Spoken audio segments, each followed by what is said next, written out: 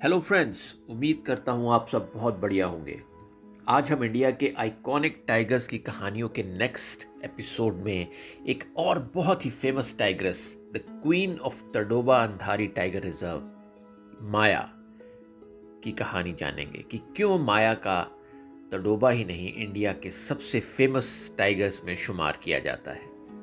कहानी शुरू करने से पहले I request you to please like and subscribe to the channel, ताकि आप इंडिया के आइकॉनिक टाइगर्स और उनकी दिलचस्प कहानियों को जान और सुन सकें।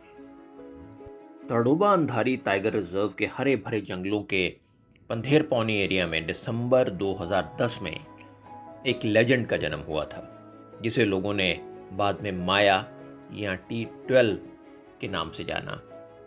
उसके पिता का नाम डब्ल्यू मेल था, जिसे हिलटॉप मेल के नाम से भी जाना जाता है, और माता का नाम लीला था। माया की दो बहनें थीं, लता और छाया, और एक भाई था, पांडु। बदकिस्मती से एक हादसे में माया की माँ लीला की मौत सांप के काटने से हो गई और माया और उसके भाई बहन अनाथ हो गए। माया के लिए तडोबा के घने जंगलों में सरवाइव करना बचपन से ही एक कठिन सबक रहा। इंस्टिंक्ट के भरोसे उसने जंगल के खतरों का सामना अकेले ही किया और उन चुनौतियों का सामना किया जो उसके भाई बहन नहीं कर सके, और उनकी जान चली गई। माया में जल्दी सीखने और अपने आप को परिस्थितियों के अनुसार ढालने की अद्भुत क्षमता थी, और यही कारण है कि अनाथ होने के बाद अपने भाई बहनों में से वही थी जो सरवाइव कर पाई। उसमें इंटेलिजेंस, बोल्डनेस और सर्वाइवल इंस्टिंक्ट का एक्स्ट्राऑर्डिनरी कॉम्बिनेशन था। माया ने एक बहुत ही लंबे समय तक अपनी टेरिटरी को होल्ड करने वाली टाइग्रेस का खिताब हासिल किया, जिसे पहले सिर्फ रणथंबोर की मछली टाइग्रेस ने ही हासिल किया था।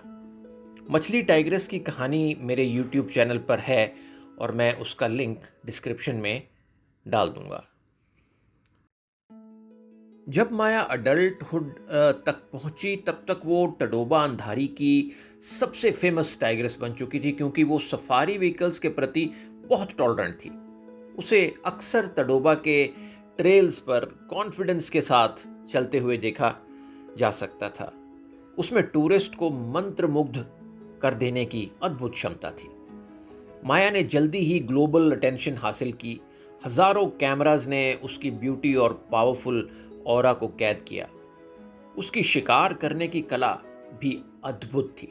माया अक्सर टूरिस्ट के सामने ही शिकार करती थी, जिससे लोगों को टाइगर के शिकार करने के तरीके का क्लोजअप व्यू मिलता था। माया टाइग्रेस डॉक्यूमेंट्री ने उसकी घात लगाने की अद्भुत क्षमता को शोकेस किया। माया की कहानी संघर्ष और सफलता की कहानी है। अपनी जिंदगी में माया ने 5 लिटर्स को जन्म दिया और कुल 13 कब्स को पाला। पहला लिटर 2014 में हुआ था, और इस लिटर का पिता था मेल टाइगर गब्बर।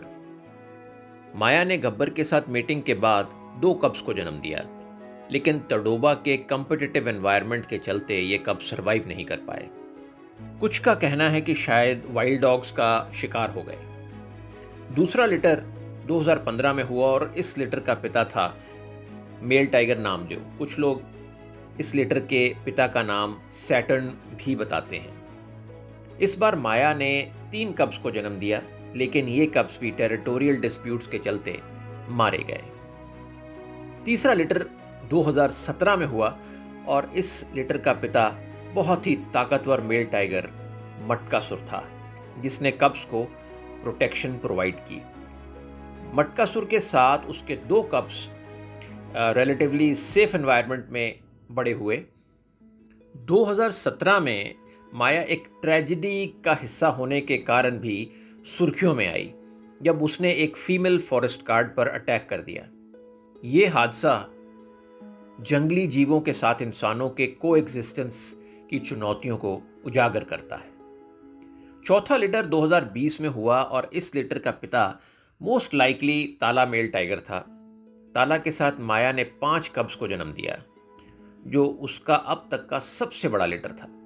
लेकिन राइवल मेल्स के अटैक्स के कारण 3 कब्स गायब हो गए। 5वां लिटर 2022 में हुआ, लेकिन इस लिटर का पिता कौन है एग्जैक्टली नहीं कहा जा सकता। कुछ लोगों का मानना है कि इस लिटर का पिता रुद्रा है, कुछ का मानना है शायद छोटा मटका है, और कुछ का मानना है कि शायद ताला हो सकता है। ये इसलिए है क्योंकि माया अपने को और अपने लिटर्स को बचाने के लिए बहुत सारे मेल्स के साथ स्ट्रैटेजिक मेटिंग किया करती थी। इसलिए ये लिटर किसका था, ये पक्का बताना बहुत मुश्किल है। अपने 5वें और आखिरी लिटर में माया ने 1 कब को जन्म दिया, लेकिन बढ़ती उम्र और टेरिटरी डिफेंस की कमज़ोर होती क्षमता के कारण इस कप का फ्यूचर अनसर्टन हो गया। मदरहुड ही माया की सबसे बड़ी पहचान बनी। उसने हर लिटर के साथ अपनी मैटरनल इंटेलिजेंस और प्रोटेक्टिव इंस्टिंक्ट्स का प्रदर्शन किया। तडोबा के dangerous high density tiger habitat में कब्स को सरवाइव कराना आसान नहीं था। उसने अपने कब्स को एक हाई रिस्क एनवायरनमेंट में पाला और उन्हें जल्दी सीखने के लिए पुश किया ताकि वो जंगल में सरवाइव कर सकें।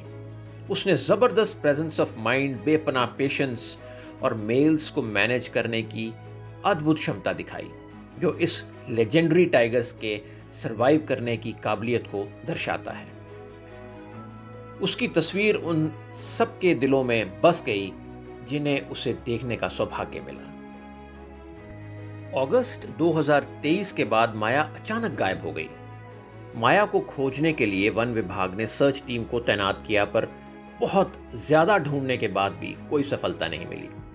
नवंबर 2023 में जंगल के रिमोट एरिया में स्केलेटल रिमेन्स मिले, जिसे डीएनए टेस्टिंग के लिए भेजा गया कि शायद ये माया के हो सकते हैं, पर एनालिसिस के बाद पता चला कि वो एक सांबर डियर के थे। शायद माया की कहानी का ये एक दुखदाई और रहस्यमयी अंत था। माया सिर्फ एक टाइग्रेस नहीं थी, वो तडोबा के लिए एक ब्रांड एम्बेसडर थी। उसकी लोकप्रियता ने तडोबा में इको टूरिज्म को बहुत बढ़ावा दिया, जिसके चलते कंजर्वेशन फंडिंग और एंटी पोचिंग एफर्ट्स को सपोर्ट मिला। उसकी कहानी हमें इंस्पायर करती है कि हमें उन हैबिटेट्स को बचाना है जहां टाइगर आज़ादी से घूम सकें। आज भी माया की कहानी तडोबा के जंगलों में गूंजती है। मछली और कॉलर वाली जैसे लेजेंडरी टाइग्रेस की तरह माया का नाम भी इंडिया की वाइल्ड लाइफ हिस्ट्री में अमर हो चुका है।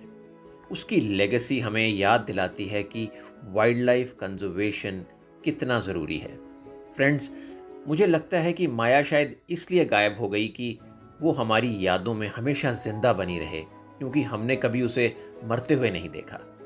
मछली टाइग्रेस की तरह उसका मृत शरीर नहीं देखा।